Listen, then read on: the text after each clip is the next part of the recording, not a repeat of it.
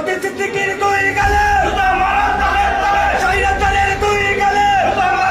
লতিফ সিদ্দিকী আমার পিতার সমান, আমার গায়ে হাত দিলে সে হাত থাকবে, টিকবে, কিন্তু লতিফ সিদ্দিকীর গায়ে হাত দিলে সে হাত টিকবে না।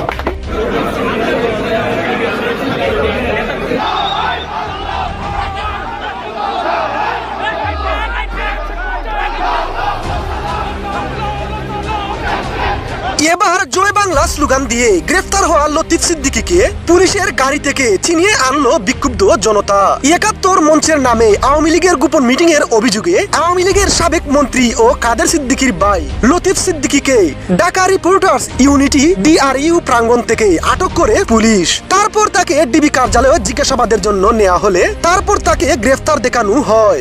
এরপর পুলিশের গাড়িতে করে তাকে নেওয়া হলে রাস্তার মাঝখানে পুলিশের গাড়ি আটকে জয় বাংলা স্লোগান দিয়ে গ্রেফতার হওয়া লতিফ সিদ্দিকীকে পুলিশের গাড়ি থেকে ছাড়িয়ে আনে বিক্ষুব্ধ জনতা। কাদের সিদ্দিকীর ভাই লতিফ সিদ্দিকীকে ছাড়িয়ে আনার সময় বেশ কয়েকজন পুলিশ আহত হয়।